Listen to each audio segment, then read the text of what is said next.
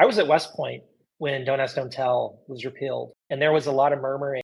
3 years later, you had openly gay cadets who were in the senior leadership of the Corps, and no one cared. One of the coolest things I've seen in my career was in 2010, I was at the White House in December when we had a couple of teams there that day. It was the last Saturday of December where Congress was going to be in session. And we were still there on the Saturday trying to get two major things passed: the DREAM Act and the Don't Ask, Don't Tell, revoking Don't Ask, Don't Tell. We lost on the DREAM Act, but we won on Don't Ask, Don't Tell. Just about 4 years later, I'm in Europe and I met a bunch of U.S. Army folks, and one of them was an openly gay woman who had only been in service less than 4 years, but was serving openly, had been making a tremendous contribution to the effort, and so had been promoted quickly, was serving honorably and making an incredible difference on that mission. And you know what? Had no idea of what other service members had to deal with prior to that. And to me, that was such a beautiful thing. And,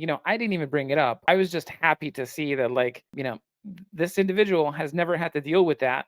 And they're out there making our country stronger. And, that's the biggest thing to me is at the end of the day, when we start throwing up all these roadblocks and targeting Americans and trying to make some of us less than others, we hurt the country. And part of it too is just believing in the result, the long-term result of our policy proposals. I was at West Point when Don't Ask, Don't Tell was repealed, and there was a lot of murmuring among a lot of conservative cadets that this would make the military weaker.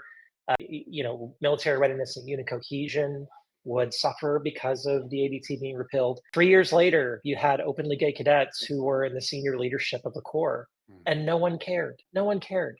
And now the idea of banning openly gay, lesbian, and bisexual folks in the military is just not even a thought. Like, not even Republicans are trying to push for that because they know it would never work. People wouldn't be on board with it. We need to believe in our policy vision. We need to be unapologetic about our policy vision. We need to stop saying, excuse me, could you please maybe consider this really good idea I have? No, we need to be out front and say, no, this is what makes us stronger. This is what we should be focused on. This is the right way forward. And they're trying to distract you from that because all they care about is making themselves and their friends richer.